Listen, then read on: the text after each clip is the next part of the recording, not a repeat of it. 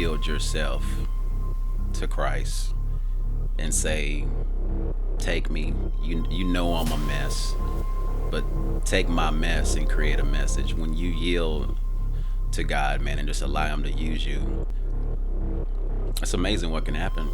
If you listen, if you stay open, I believe God can speak through this music to you in a way that you didn't plan for it to happen.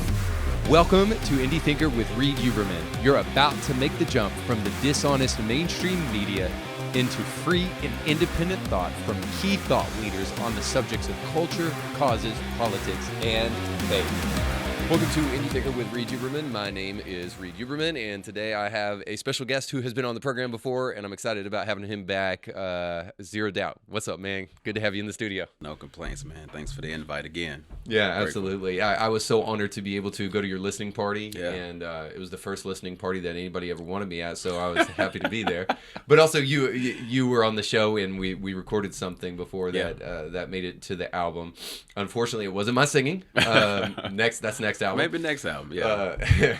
You actually wanted to sell, so I don't blame you for not putting that on there. Anyway, so I had a little special a part on there that was special for me, and I was thankful to be on there with you, somebody who's very special to me, and just the work that you've done is very special to me as well, and the lives that it's touched and all that stuff, and your heart is so great. So I was honored to be on the album and honored to be able to go to the listening party, and I was floored, man. People do this to me all the time. It's a little offensive. They're like, "How did you get that guy on your podcast?" Or they're like, "I didn't know you were that smart." And I'm just like, "What the heck, man?" But so I hate to say this on the one hand, but also want to be honest about my reaction. When I listened to it for the first time, I was like, dude, this is one of the best albums. I'm not just saying this because you're here. This is one of the best Christian albums, Christian hip hop albums I've ever heard in my life. I agree. It was so. I You agree. should. I agree. It's really good, man. Yeah. And I say that humbly, man. I will say this also. There was a lot of people just in response to the album who really enjoyed the intro. Mm-hmm. It was just different. And the fact that we had, literally, I'm at work one day, man, I just had this idea. And I remember calling you up and telling you about it. You was like, yeah, let's do it. And literally coming into this studio, and I think we knocked it out in one take, man. So it was definitely just a unique way to start the project. So for that, man, I say thank you. Man, it's absolutely my pleasure, sincerely. It was predestined. Which, by the way, is the name of the album, everybody. I'm going to put down below a place where people can go and buy that and access that. And I'm telling you guys, you need to get it. It's very, very good. So we'll jump into the album specifically, maybe get some of the stories behind the songs, because it's very collaborative. And some of the other voices that you got on there, I was able to meet and just absolutely love those guys, and very, very talented dudes. So with your talent, it just knocks this thing out of the park. So we'll jump into that in just a minute. But I wanted to chat with you about something that was on my mind, like specifically this morning, and knowing that you were coming in, and I think hip hop / rap is a good vehicle to have this conversation. So the conversation goes something like this. I was going through comments, which is always a dangerous thing on my YouTube videos, and somebody said, I don't know if anything good can come out of this conversation. And it was with somebody it was a conversation that I had with a past guest that was a little bit controversial, and just because of some of the things that they did / said, and some of the things that people think they know about this person but don't really know about this person. Needless to say, who it is not really important. What's important is just that statement, and I was immediately brought to the idea of Jesus, and Jesus being from Nazareth, and somebody saying, man, nothing good can come out of Nazareth. And how quick Christians are to kind of make that same mistake, to too quickly deduce that God can't use something, or that God is too small to be able to work in a certain situation. And Christians are really notorious. And this is not really even being judgmental. This is not taking the time. So it's not snap judgment. It's not taking the time to really think about the way in which God works. It's so maybe that is snap judgment, but I think there's a difference, because, by the way, I'll just say judgment is good. We have, in the Christian world, we just say don't be judgmental all the time, but we don't realize that like judging between good and evil is actually a good thing. So there is a sense in which we should be judgmental and that we should be judging what is good and what is right as opposed to that which is evil, and being willing to recognize that. But I think that there's something. I'm not saying don't be judgmental here. What I'm saying is do be judgmental. Do take the time to consider. Do take the time to think about where good can come from situations. Now, I think that's true of the podcast, but also thought about too in terms of you. I thought about rap music and hip hop music, because we almost take this for granted now. But like when you think about the origins and the kind of place where rap/hip hop comes from, at least in the way that we think about it on the street and stuff like that, it seems to not come from like a beautiful place. But people like you have taken what very many people use to talk about women, used to talk about materialism, and used to talk about like substance abuse and all sorts of other things. You've taken that vehicle and you've flipped it around. You've redeemed it for Christ, and you use it for a really healthy and good purpose. So I'm just wondering, like, did you ever struggle with the vehicle of hip hop, or have you ever had any resistance, maybe specifically from Christians, with the vehicle of hip hop? And what does it mean to you to be able to use something that people kind of stereotypically think of as not a Christian avenue, but something that God can use for His glory? It's a lot in one question. I believe. Here's the question: can anything good come from hip hop? Well, absolutely, man. Yeah. And I'm one of many people that can say, man, when you yield yourself to Christ and say, take me, you know I'm a mess, but take my mess and create a message. When you yield to God, man, and just allow Him to use you, it's amazing what can happen. Mm-hmm. And like I said, I'm just one of many people that can say that. I think the biggest thing is the person yielding.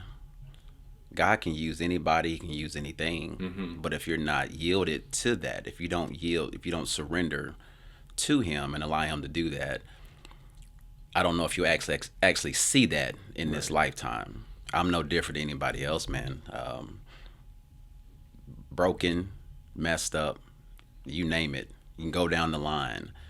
But one day I got tired of being that person. Mm-hmm. And I said, you know what? I'm tired of trying to do things my way. So from this point on, which is actually October 19th, 2003 in Knoxville, Tennessee, I said, from this point on, God, it's yes to your will and yes to your way. Now, nowhere in there did I have this idea that God is going to use me in this thing called hip hop or rap music. I had no clue. I was clueless. But how He set it up was truly a setup. Mm-hmm. Were there any kind of drawbacks in the beginning? I would say yes. When it came to hip hop, because I felt like there was a urgency to give people the sound that they wanted and be relative. Yeah. And now let me dig into that a little bit, just because the question I have there is, so was there a temptation is the wrong word, but just like this feeling that you should sound like secular artists or other artists who have come before you, or maybe even just fellow Christian artists, or what was that like? I don't know if it would be, if I'm supposed to sound like someone specifically. Mm-hmm. There's a sound that a generation recognizes. Yeah. And everybody wants to be felt by a generation. You want people to feel you. You want people to be able to relate where you're coming from and be able to rock with you, per se. And, starting out, I just thought, man, no one's going to understand my story. Mm. No one's going to be able to rock with me. No one's going to be able to enjoy the message that I have. So this is interesting, because I may know what you're going to say here, but what were those things that you didn't think people would understand? What part of your story did you think people wouldn't relate to? I think it was, I don't really know if it had anything to do with the actual background that I come from. I think it had more to do with the technical side of rapping. Mm-hmm. Because most people don't know, man, I had no desire to rap. I had I have no history of rapping other than on my way to the club, you know, hyping ourselves up before we get ready. That's the only history of rapping I have. So how did that? I mean, I hate to interject and to lead us down a different path, but how did that happen? How did you finally get to the place where you're like, I want to do this and I'm going to start getting better at it? This is a true story, man. I get saved in '03. Okay. In '04, I'm at a job and someone offers me the opportunity to go to a Christian event. It's called the Gospel Explosion. And so I'm like, well, since I'm saved now, I guess I need to do saved things. Mm-hmm. So I'm gonna go to this event. It's right down the street. Check it out. And I go, and there's guys there outside, a lot of people, and they're rapping about Jesus. Now, I've been around music all my life, just had no desire to do it. Mm-hmm. But I remember leaving that event charged, man, excited about what I saw. And on the inside, my inside, which is my spirit man, is saying, this is what I'm preparing you to do. Mm. But I can't understand why, because I have no desire to do it. And it's so amazing because in Psalm 37:4, it says, delight yourself in the Lord, mm-hmm. and he'll give you the desires of your heart. Now, it's twofold. Delight yourself in the Lord, he'll give you the desires. Well, what are my desires? My desires are to live healthy. My desires are to live a long life. These are my desires. Well, delight yourself in the Lord, and he'll give you the desires. So now he's actually putting desires and not just in your heart, not just things. He's actually giving you desires. He's putting them in there. So the things that I once desired, the fast life, women, clubbing, just having a good time, those things are being removed, and he's replacing those things with his will. So I leave that event, and now I'm thinking, man, I want to do that. So I just began to study his word. And the more I studied his word, the more lyrics he gave me. And the more lyrics he gave me, the more songs he gave me. Before you know it, man, the very place where I got saved in Knoxville, Tennessee, he takes me back to, and I'm opening up for Lecrae, not even really knowing what's going on. Hmm. So that started the journey. So it's been nonstop, brother. Yeah, well, that's cool. I think that takes us back to that kind of thing where sometimes we don't know where God can bring good. So like, if God can bring good out of a donkey, and we'll use the PG version, that donkey, he can bring good out of a lot of stuff. If he can bring good out of failure in the garden, man, God can bring good out of anything. He can bring good out of a young man in the middle of Tennessee going to a concert who never desired to rap before. By the way, I do have to kind of side note here. Since you never desired and never did it before, the first time that you sat down to do it, like, how was that? Was it like good, or was it? I mean, who knows? I don't know. I remember writing, I was thinking, nah, man, that's trash. Nobody gonna believe that. And then the first time I heard myself, on the microphone, my own recording, I thought, oh no one's gonna believe that. Uh-huh. Like there's no strength behind it. Yeah. But it had nothing to do with the sound. It had nothing to do with my voice. Uh-huh. Because it was him speaking through me. And so the more and more I did what I did, I realized that, man, I'm different. Yeah. And everybody's not gonna. Number one is truth. And as the cliche word is, or saying is, everybody doesn't want to hear the truth. Mm-hmm. So I realized this is not going to be for everybody, even though it is for everybody. Yeah. You see what I'm saying? Mm-hmm. So I have to accept that. I have to accept that everybody's not going to be open to it. Mm-hmm. Everybody's not going to like it. Have you had any people that are resistant to? I almost think the answer to this is going to be no, because it's so commonplace now for artists like yourself to be in the space that you're in, and you guys have been doing this for so long that it's almost too commonplace that people take it for granted now. But did you ever have any resistance to hip hop and rap being a vehicle for the gospel? Yeah, absolutely, all the time. Matter of fact, when people hear the word rap, it's almost like you got two strikes against you. Mm-hmm. So whatever it is you're about to do, young man, it better be good, or you probably never coming back. Wow, yeah, I didn't think about that. Yeah. So, and I understand that, because I'll say this lightly, man. Some people are just ignorant. Mm-hmm. Generations, people have been ignorant of a lot of things. You got religion, you got tradition. All these things are against you or against me. Yeah. As I present this to people, but I just have to go, man. I just have to go and just believe God that, you know what, if they allow me to one strike, I believe that if you listen, if you stay open, I believe God can speak through this music to you Mm-hmm. in a way that you didn't plan for it to happen.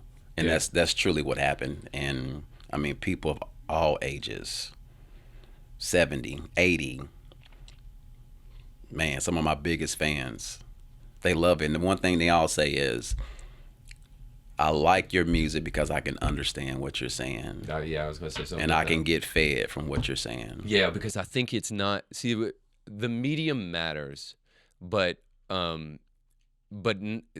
insofar as it carries a good message. So that is the one thing I would say about you is that I don't know, and maybe you can share a story about this or two, but I don't know how much you struggled with the sound in terms of trying to sound like other people or needing to rap the way other people rap.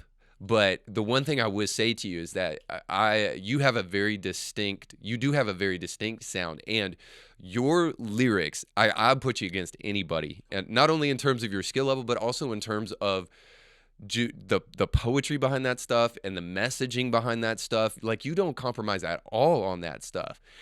So I know it's a little overwrought to say, man, you're not a sellout and whatever, but your messaging is just so on point, and I want to be honest with how I feel about this. When I listen to some other rappers, especially more mainstream guys, I don't feel that same thing. I don't hear that same thing. I don't hear that same heart in some of that stuff. I feel like it's so trying to borrow from the culture and from other rappers and that kind of stuff that it almost dilutes the message.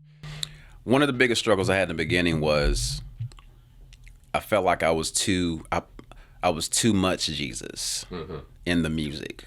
Like, maybe I said his name too much, or maybe I quoted too many scriptures. Yeah, I feel that because you want to reach this audience, right, that doesn't know Jesus, and you want to present them good messaging and all that kind of stuff, but you also don't want to push them away. So how do you do that, and how do you balance that? Well, that was a struggle in the beginning, and because I felt like I was doing it too much, I kind of dialed back. Mm-hmm. And as I dialed back, I realized it didn't have the same effectiveness as before. Wow. And I just realized, man, you know what? I'm different. Yeah. I've got to preach the gospel. I gotta quote scripture as he gives it to me. I gotta say Jesus just because that's how he gives it to me that way. Mm-hmm. So the way he gives it to me, I have to give it back. Yeah. I have to.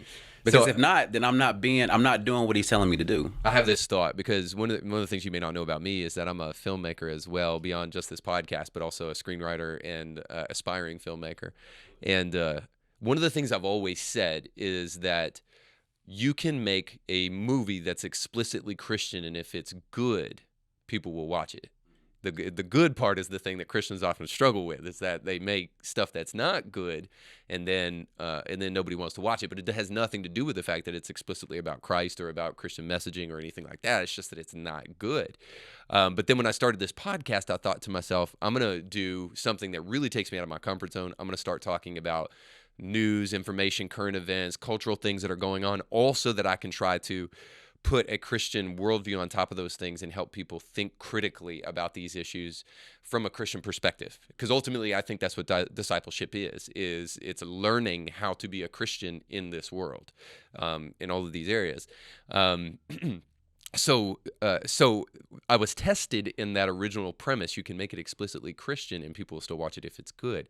Because I found myself early on too trying to say, well, I don't want to be too Christian-y or too Jesus-y. But then I just kind of like said, you know what? The best person I can be is the person that God made me. And if I keep on trying to be somebody that I'm not, it's going to come off as fake. And I still struggle with it from time to time. Maybe you do too. But I really have come around to the conclusion that I'm just going to be myself. I'm just going to talk like I would to my friend, my neighbor, somebody at church, to you. And I'm going to do that on my podcast. And that's the way I'm going to present this information. And some people are going to like it. Some people aren't. I had to get to a place, man, where I had to be okay with me. Mm-hmm. I had to get to a place and had to ask God to deliver me from people, deliver me from numbers, deliver me from the social world itself. Yeah. Here's the thing, because in the beginning, everybody, even you as a screenwriter and as on podcasts, you want millions of listeners. Yeah. That's normal. There's nothing wrong with that. That's normal. Yeah. This is a good point. You want to build a platform, but it's also not about the building a platform. Absolutely. I think we touched on that last time, man. But really having God, look, I want you to deliver me from numbers, deliver me from people, because if not, I'm going to lose it trying to impress people and gain people in the audience. And if I don't get it, then I'm going to feel like a failure. Yeah. So I had to come to grips with, you know what? I may not have a mega ministry per se, but I have a mega voice. And my voice, even in Cleveland, Tennessee, can reach nations, which it does. Yeah. Listeners, nations, literally. And I have to be okay with that. I have to be okay with God. It's no different than the pastor that starts a church and only has 200 members. Yeah. He has to take care of those people and not worry about, the empty seats. And so I had to come to grips with that and say, you know what, man, this is my lane. I got one lane. Let me just run in it. Yeah, there's something sweet about that too. While I think I know you well enough to say that lane is going to take you to higher heights and deeper depths and things that you don't even expect yet, but you're going to run in that lane every step along the way and just see what God does. So it's not that you don't want the platform to grow or you don't want to continue to reach more people. It's just that's not the focus. But I think I feel that too, man, in terms of just like there is some sentiment, and it's a little cliche. If you build it, they will come. But there is a rat race too that it's just so delivering to like get out of that. And you think about this too, man, because this is happening a lot lately. I don't know that this happened just recently in Chattanooga with one of the biggest pastors here in town. I don't know if you heard about this, but you see these pastors who get there, right, to that goal, to that fame, to that stardom. They've built that platform that people would kill to get.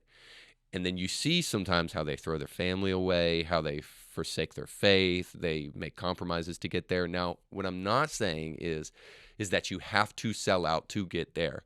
What I am saying is I want to maintain the attitude where I want to continue to aspire for big things, but I also want the same attitude that says I'd rather be small and keep my soul than to be big and miss what it's really all about. And that happens so often to big time pastors, man, and to people in ministry.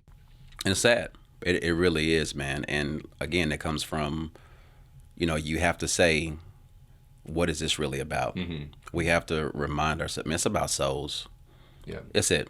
And I constantly have to remind myself and my guys, look, man, what we do is strictly for the kingdom, to reach souls and to bring glory to God. How that happens is just us yielding to him, and whatever God wants to do with it, let God do it. If he wants to take us to millions and nations, man, let's go. Yeah. But if we're just in the States, we have to be okay with that. The main thing is we should just be grateful that God is using us. Yeah. Listen, I've showed up at a booked event, and it was just me and the guy that booked it, because he didn't promote it or something was going on. So what do? Yeah. Well, I love the scripture. It's so profound, man, to me now. But it says, "Sing a new song unto the Lord." Well, that song, whether it's new to you or new to somebody else, you do it unto the Lord. So I literally had a concert as if it was 1,000 people there. God, I love you. Dude, this is why God uses you so mightily, man. No glory to me, man. But I mean, what do? You don't. I realize most people would have been like, well, since nobody here, man, let me get my check and I'm out. It's not on me to promote the event. Well, really, what's it about? Who knows what the booking guy was going through? Well, I'm here. God, I'm here, and he's here. Well, there's 2 or 3. You're in the midst. So I chose to take that opportunity, man, and just go all in. And everything that I was doing was unto God. It was vertical.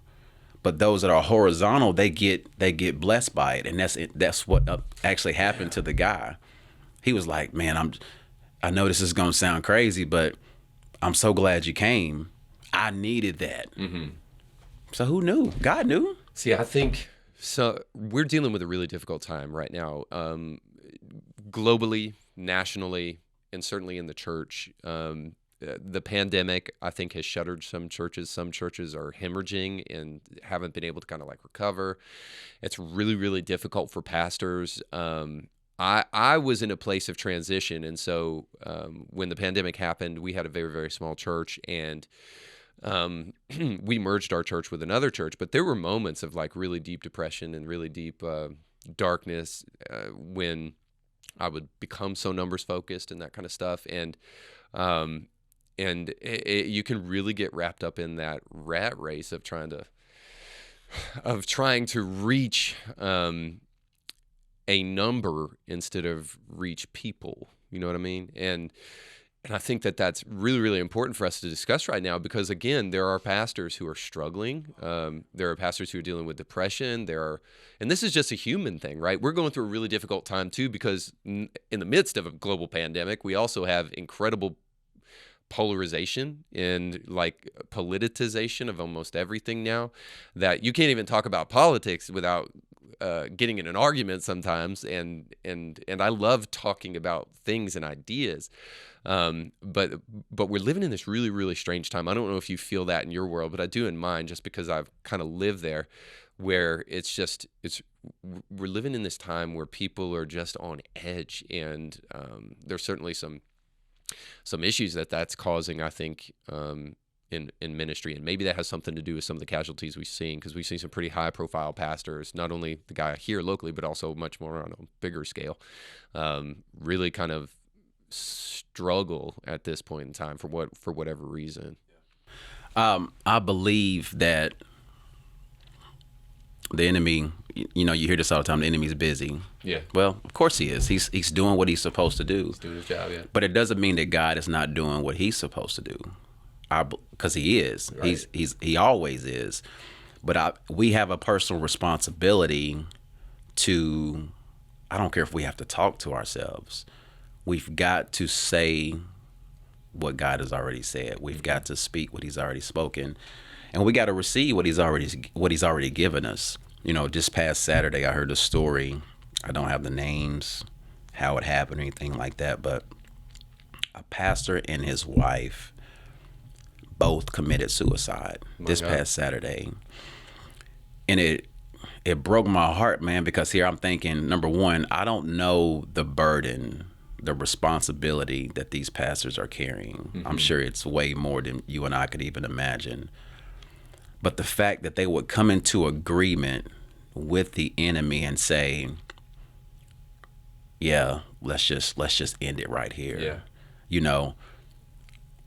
That's the devil, man. That's evil. And you talking to someone who's dealt with suicidal thoughts. Before I even ever heard the audible voice of God, I heard the audible voice of Satan in my dorm room years ago.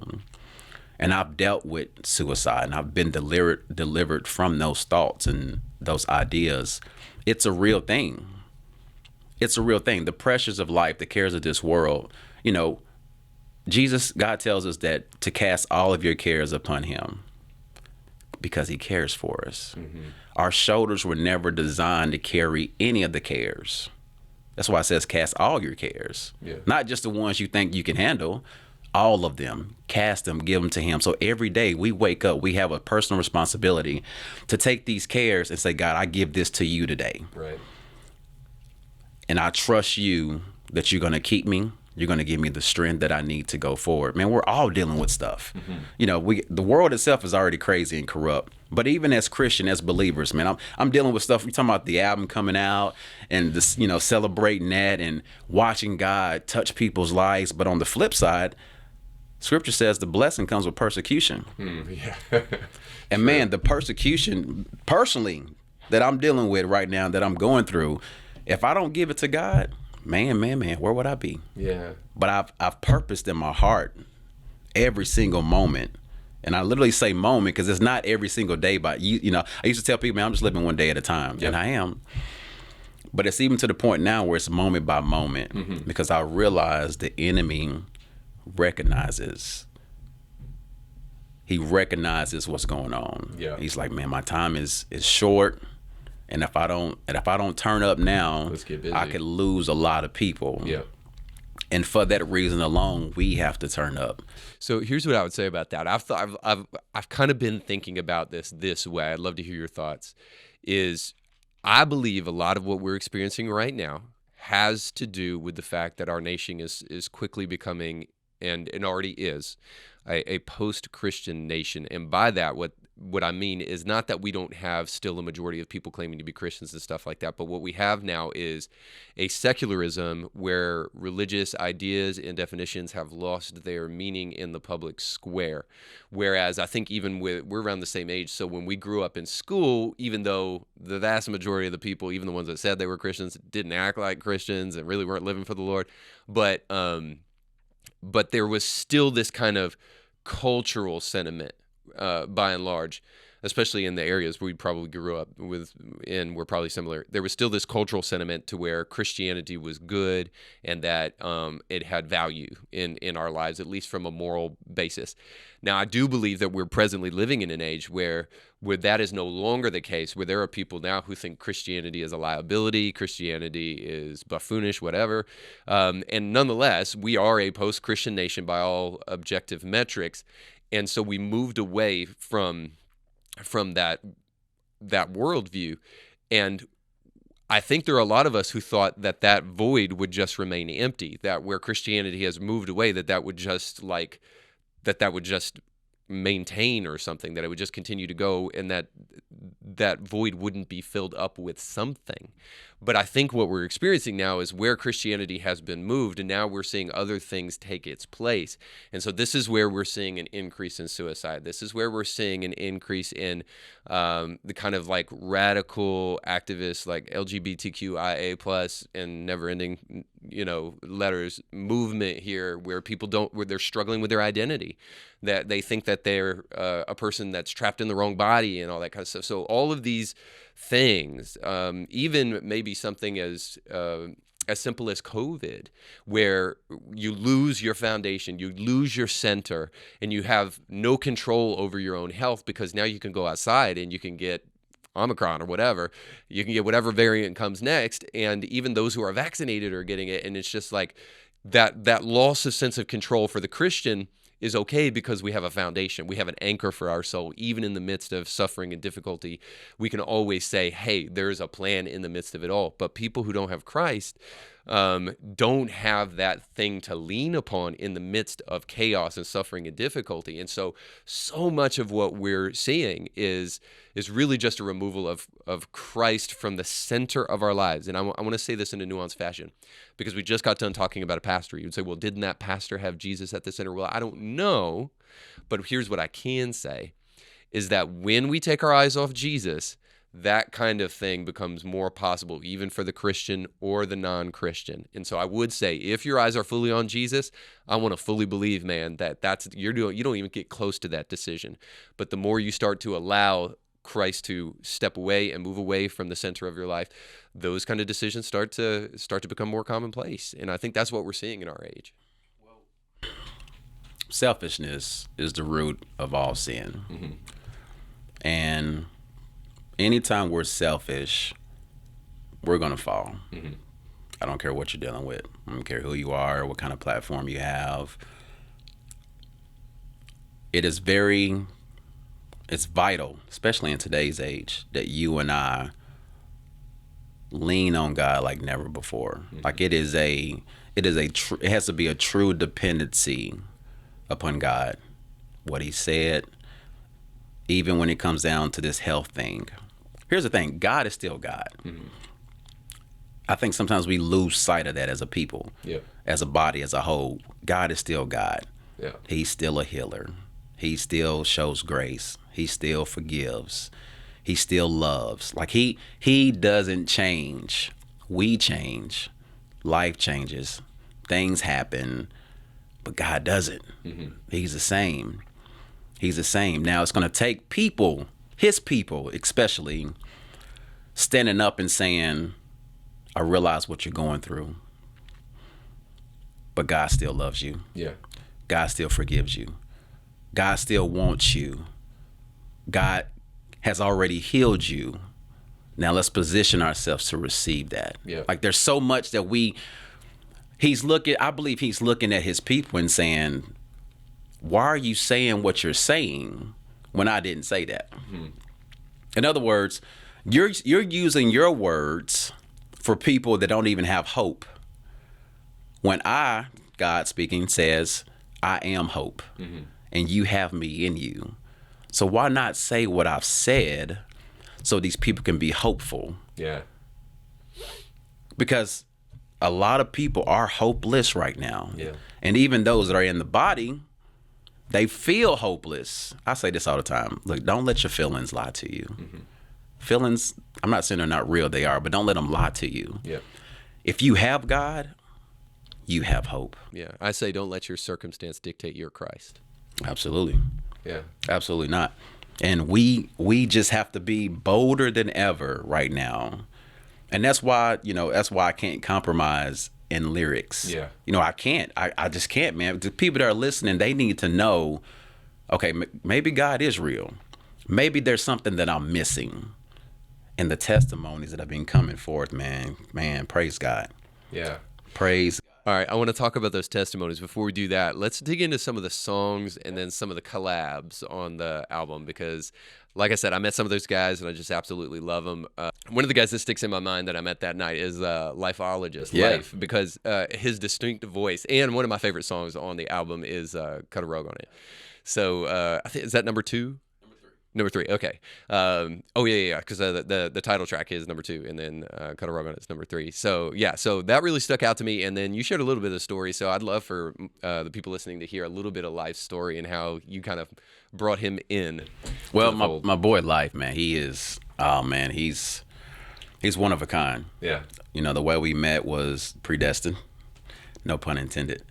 We met in 2014. I was actually doing an event at his church. Mm-hmm.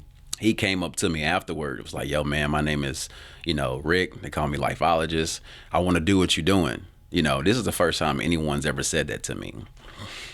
So I was like, okay, cool. That's what's up, man. So I got his information. I said, we'll stay in touch. And we did. We stayed in touch. He was like, look, man, I'm new to the faith, but man, I really want God to use me in this area. I used to do some music that wasn't good for the hood. Give me a little bit about his background because that's an interesting man story. Life is he's a true street dude. Yeah. He's he'll tell you, man, he sold drugs. He was out there. He's been to prison, and God set him free from all of that, and so much so that, which is so funny about this song, we were on our way to do a concert in Nashville, outdoor event in a gang-infested area, is what I was told. I never told Life where we were going. I just said, look, I want you to come with me. And so I pick him up, and we're on our way. He's like, yo, you got any music we can listen to on the way there? I was like, yeah, I got a couple tracks producers have sent me. Let's check them out. And so we put this song on, and like we're grooving. Like, man, this thing is hot. And just out of my mouth, I heard cut a rug on him. And he was like, yo, that's it. And so we're just writing in the car. Before we even got to the event, the song, the chorus itself was done. Gotcha. Cut a rug on him. So we get to the event, and he told me, he said, oh my gosh. I said, what's up? He said, that building, that apartment right there, I used to sell drugs right there. Wow. And so we're actually in the neighborhood where he used to sell drugs. There's guys that saw him on stage ministering the gospel, came up to him afterward, still knew who he was. That's what it's about. And encouraged him, look, man, whatever you're doing, keep doing it. Mm-hmm. They're still out there in the streets, but they're telling him, keep going. Yeah. Keep doing it. That's so awesome, dude. Yeah. Yeah, so I really love that song for multiple reasons, but one of them too is that, like, I'm probably going to get this wrong, but he has the voice of like Lil Jon or somebody like him. Who would you say he sounds like? He sounds like somebody. He has. I wouldn't say I know Little he's distinct. John. It is distinct. It's the raspiness of his voice. Yeah, he's got that raspy voice. When he talks, man, you gonna listen, but that's just behind who he is. The life out. He speaks life, man. He represents life, and his voice will get your attention quickly. So I wouldn't say Little John, but somebody. So actually, I don't know who it is, but anyway, he just reminded me of somebody's voice I'd heard before on an album. But yeah, he does speak life. He cornered me when we. I hate to say it that way, but he's like a big bodyguard. He got me, and he was talking to me, and just like.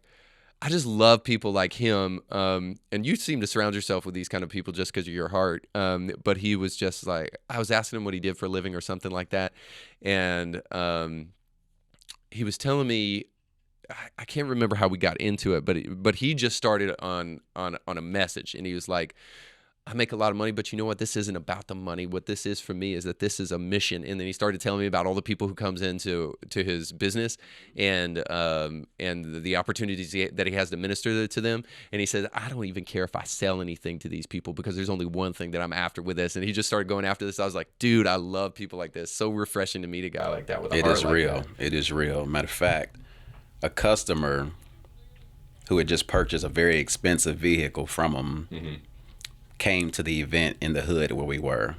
They didn't come by themselves. They brought other people with them. And it's just amazing, man. His heart is, you just don't meet a lot of people like him. I have a very small circle, but these guys, man, their hearts are right. They're right toward with God, and they're right toward people. And I think we all should strive to be that person, man. Hearts are right with God, and hearts are right toward people. And you just, when you do that, you just can't lose. I don't think you can. All right. Now, the second song, sorry, not the second song. The second song, title track. So Predestined is not only the title track, it is Predestined. 10 is in the name, and you've been doing music for about 10 years. So kind of tell me about like the song, but also what 10 years has meant to you, because I'm sure you thought a lot about that number. Does that number have significance? Absolutely. Well, like you said, it's 10 years, and honestly, it's more than 10 years, but we're celebrating 10 years because it was 10 years ago when I finally realized, hey, this is not just a hobby. This is a call. And I began to take it serious as a call. So you got 10 years. We're from Tennessee, so the 10 is in that as well. Gotcha. So I'm not ashamed to be from Tennessee. I'm actually very grateful. So I want to make sure people understand that, this is based out of Tennessee. And man, did you grow up in this area? Yeah, I'm from West Tennessee. Okay. Northwest Tennessee. It's like 2 hours north of Memphis. Well, you said that I grew up in this area. No, I'm from West Tennessee, but I've been in the Cleveland area since '97. Gotcha. Yeah. Okay. And the song is special, man, because I feel like if you don't celebrate it, who will? If you're waiting on somebody else to celebrate you, you can forget it. Yeah. So when I understand that, man, this is for the kingdom of God, this is the kingdom that we serve, let's celebrate that. Let's celebrate what God has done. Let's tell people, man, that look, God has used us for 10 years. Doesn't mean that we've been perfect, because we haven't. We've done things wrong. Our person made mistakes, man, and bad decisions, but God has been faithful. God is still the same. He still loves me. And he's still using me. And I could never, ever repay him for what he's done in my life. Other than let me give my life to you, let me die to self, and let me go out every day and be at your service. Yeah, that's awesome. Okay, so there's some other collaborations on there that are really, really good. You had a collaboration with your roommate from college. Yeah, and J. Cole. Dude, that guy is a fantastic singer. So tell us a little bit about that track. The track is called Grace Over Grind, which I'll get to that in just a second. But anyway, he had sent me a message. Hey, man, if you ever need someone to sing on the chorus, just send it to me. I got you. And so I had this song that I had been listening to, but I hadn't heard anything from God. So I just sent it to him. And sure enough, he sent it back, and I thought, oh, my gosh. Now, I knew it was good, but I had no idea it was going to be this good in the end. Long story short, he had been reading this book by an awesome author who was a friend of his called Grace Over Grind. And so he gives me the concept of how, You know, we don't have to, in the kingdom, we don't have to work, we don't have to toil in the kingdom. We simply have to receive the grace that God has given us, and things will begin to happen. Yeah, you got to put feet to the plow. I get that, hands to the plow, but you've got to trust God for the increase and the overflow. And so immediately I had this verse, and I'm thinking, man, this is awesome. So I'm writing, and I send it back to him, and we're back and forth, but we get the song back and we get it mastered, and it's like, wow. I let my mentor hear it. He was like, that's the one. Yeah. He's like, that's it right there, man. That's very good. And since that's happened, since the release party, the author of the book, Grace Over Grind, heard the song and contacted us both directly and just applauded us for the song. And she's just like, look, y'all did that thing. You know, y'all really represented my book and the concept of it kingdomly. And it was a pretty awesome honor. I still got it saved in my phone. Well, she's got some intro music now wherever she goes, like conferences or whatever. Absolutely. When she's speaking. Absolutely. All right, so what's another one? Just kind of rounding out our time. What's another story to a song that sticks out? I got a song called Can You Feel Me? And it's one of my favorites on there as well. The music itself set the tone for the name of the song and everything. A friend of mine, AT, we're huge Tupac fans. Not that I listen to Tupac now, but I used to. Not only did I used to listen to his music, I found out we shared the same birthday. It's better to die like a man than live like a coward. That's it. All I'll Thug say. life, baby. So we share the same birthday. So, you know, I'm a former thug. You know what I'm saying? I've been in the streets. Listen, I want to say something about this because most people, they hear like Tupac and they think about the way he died and the way he lived his life. And let's face it, that's not very Christian in any shape, form, or fashion. But the dude was a poet. So just in terms of like his ability. Gifted as all get out, man. Yeah. One of the most gifted people we've ever heard.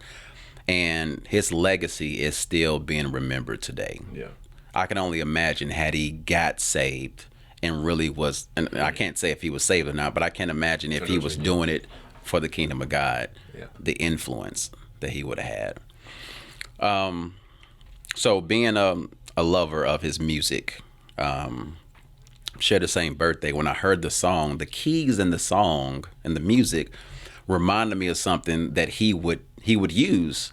And so I literally put myself in the mind of him to approach this song. I mean, Can You Feel Me is something he would say all the time in his songs. Can you feel me? Yeah. And so that was the title, boom. So I invited AT into the studio to record it with me to see how it was done, and actually invited him to say something on the song just to kind of stamp that moment, man. It was crazy. And just having the mindset and the approach of how he would approach it, I took on that from a kingdom perspective. And I'm talking about these things, man. It's so crazy because even just the other day, I had to go back and listen to something that I said. And I said, wow. Like, I'm amazed because in the moment, it's just another lyric. But as you're going through life and these things are coming at you, you go back and listen and eat your own stuff. And you're like, oh, shoot, that was for me. You amaze yourself. Yeah.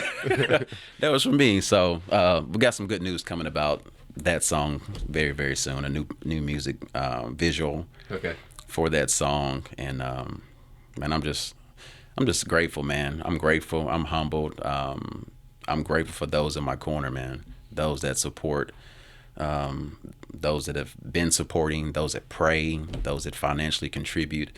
I couldn't do this without them. Couldn't. So. Well, and I'm glad you're doing it because it's certainly not only powerful, inspirational, but really, really good. So my kids have been listening to the CD in the car too, and they love it too. All right, so let's talk about the aftermath because I've been kind of curious. So you just released, was it on January 1st that you released January the album? 1st, yeah. Okay, so you released the album. So kind of anything so you already shared some things like with the author of that book and stuff like that. Anything interesting that has happened since the release of the album that you want to share? Man, I will say this, man. All of hell is pissed off at me. Can I say that? Yeah. I mean, you're doing something right. Man, all of hell, like for real, is mad, and as they should be. But there's also people that are not a part of his team. When I say him, I'm talking about Satan and his kingdom, who are mad too, for whatever reason. I can't get into. Actually, I can't even explain why. It's just part of it. I believe it's part of it. Yeah. I truly believe that persecution is part of the blessing. That's what he said, and so I have to take it as that. You were at the listening party. You heard the prophetic word. Yeah. That showed up, which was very unexpected. I took that word and I went back and read the last word that I received from God. And I went back and read the last word before that I received from God. All three of those words, prophetic words from God, the one thing they all have in common is God is telling me to keep going. When there's so much up against you, it's designed to make you quit. Satan knows that the only way I'm going to get Reed is if I can get him to quit. If I can get him to give up. If I can get him to not believe, to stop believing, to turn his back on God. That's the only way I'm going to get him. That's why suicide is so high today. Yeah. It's no different from me. The urge is to say, you know what, I think this might be it. Doesn't mean I'm going to quit on God. Right. Maybe I just don't go and write another song. But every time I've been in that position, God quickly affirms, keep going. Yeah. Keep going. Don't stop. There's reason. There's purpose. And even now, man, I'm telling you, keep going. Don't stop. Whatever you're doing, whatever your lane is, if you think about a track, there's no end to your lane. Yeah. I never thought about this until just now. You look at a track and there's lane. There's no end to those lanes. You just keep going. Yeah. Whether you're walking or whether you're standing, that lane is still there. We as believers, we stop. We go backwards. But God is telling us to keep going. Keep going forward. Keep running. Don't stop. Forget about everything else other than, God, I just want to please you. Man, that's powerful, because there's 3 words that Jesus says in the Gospels that are just, they're eerie, they're scary. It's a warning to us to consider. And he says, remember Lot's wife. Just those 3 things. Remember Lot's wife. And for those who don't know the story, Lot's wife turns around, looks back at the city that she's leaving, and then says in the scripture that in the Old Testament that she turns into a pillar of salt. Yeah. So that's it's a weird story, right? But the point is do not look to those former things. Look to that which is ahead. Press ahead. And I'm sure this is not original, because I'm sure I heard somebody say, I just don't know who, but the only finish line is death. So the only time we stop is when there's nothing left. Yeah. When there's nothing left. I've told my team, I said, look, I have 25 to 30 songs unreleased that I just in a vault. Yeah. I've written, since the new album, I've written at least 4 or 5 new ones. Wow. And it's like, okay, I don't want to die and no one have access to this music. He's giving it to you for a reason. I'm not just writing songs because I'm a songwriter. Yeah. He gives them to me in his sweatless. I'm talking days, sometimes hours, and songs are done. Yeah. I got to get it out. I tell my team, I said, look, man, these songs are like food. But if this food stays in the refrigerator, it's going to spoil. Yeah. The food is meant to be eaten. That's good. But we're not supposed to eat all the food. We got to get this food. We got to be distributors. I want to share a story with you. I went to a TV producers conference, kind of in pursuit of getting scripts and TV shows that I've created made.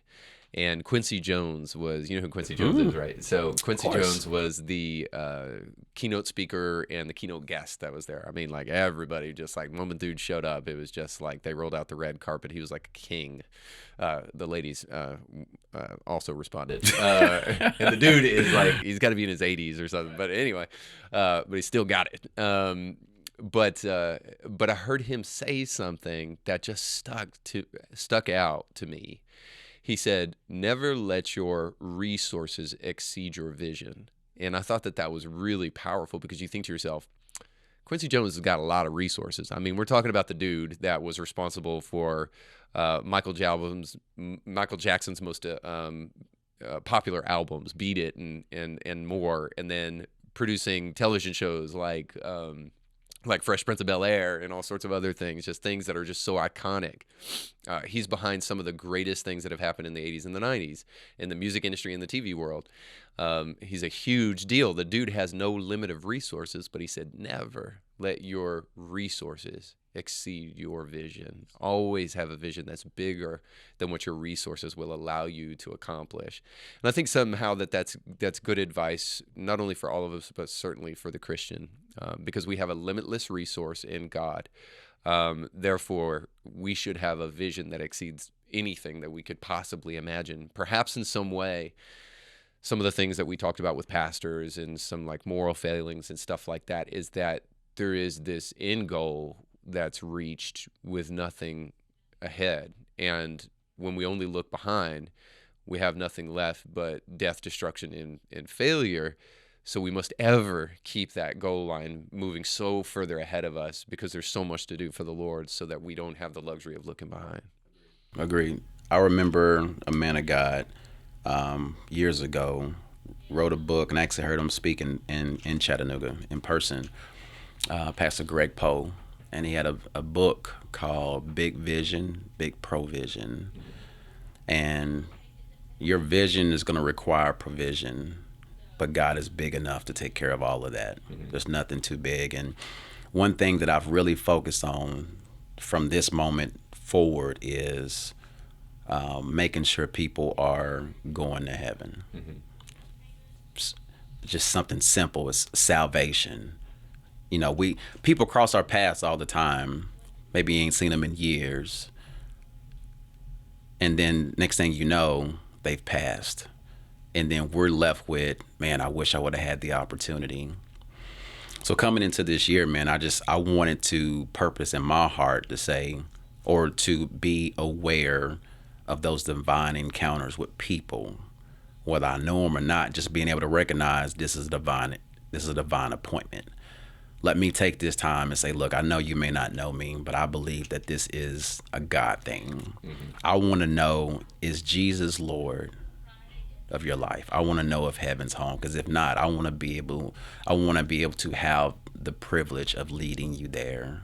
Just to know that, you know what, if we never see each other again, I know you're in right standing with God. Yeah, absolutely, man. Well, that's so good. All right, so last thing is, are you going to be touring, or has COVID kind of just totally wrecked that, because we're in the midst of another like crazy surge? I have some things in place. I don't know if it's going to work. Yeah. But we'll see. Okay. We'll see.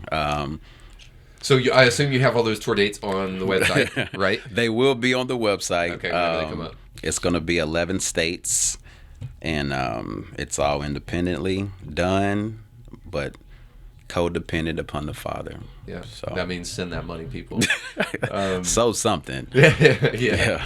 All right. Well, I will definitely put that down in the description of this episode, along with where people can get the album, because they need to listen to it. I promise, once they listen to it, they will be absolutely hooked, man. So thank you for 10 faithful years, and thank you for this newest album, and thank you, man, for the things that are going to happen in the future, because I think it's going to get better and better. I agree. Thank you. And keep doing what you're doing, man. Well, thank you, brother. I appreciate that. Yes, sir. Yes, sir. All right, everybody. Thanks so much for liking, sharing, subscribing, and watching. We'll see you next time. Our thanks again to our guests for being on the show today. Indie Thinker with Reed Huberman was brought to you by our sponsors. If you like what you heard today, please do us a big favor and give it a 5-star review, and like it and share it with friends. And if you want to hear more awesome guests, make sure to check out past episodes. Indie Thinker is a nonprofit paid for by our sponsors and the generous gifts of people like you. In order to hear more great guests like you did today, please consider giving a tax-deductible gift by going to indiethinker.org. And just remember, your voice matters, but infinitely more when you think for yourself.